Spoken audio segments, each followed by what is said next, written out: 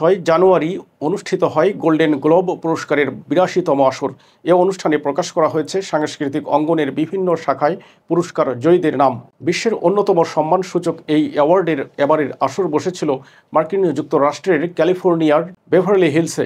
AFP অবলম্বনে দেখে নেওয়া যাক গুরুত্বপূর্ণ বিভাগগুলোতে কার হাতে উঠেছে কোন পুরস্কার।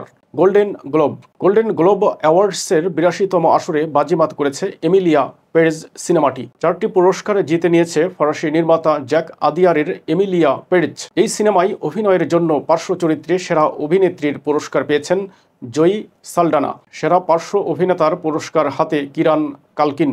আর রিয়েল পেইন এর জন্য এ পুরস্কার পেয়েছেন তিনি। তবে এমিলিয়া পেরেজকে জোরালো টক্কর দিয়েছে সোগান।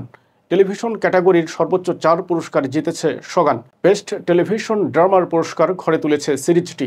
ড্রামা বিভাগের সেরা অভিনেতার পুরস্কার হাতে উঠেছে হিরোয়ুকি সানাডার। ড্রামা বিভাগে সেরা অভিনেত্রীর পুরস্কারও পেয়েছেন সোগান। সিরিজটির সেরা অভিনেত্রীর পুরস্কার পেয়েছেন আনা সাওয়েই। মিউজিক্যাল কমেডি ক্যাটাগরিতে সেরা অভিনেত্রীর পুরস্কার পেয়ে বিশ্বকে চমকে দিয়েছেন অভিনেত্রী ডেমি মুর। দীর্ঘ ক্যারিয়ারে এবারই প্রথম এ পুরস্কার জিতেছেন তিনি।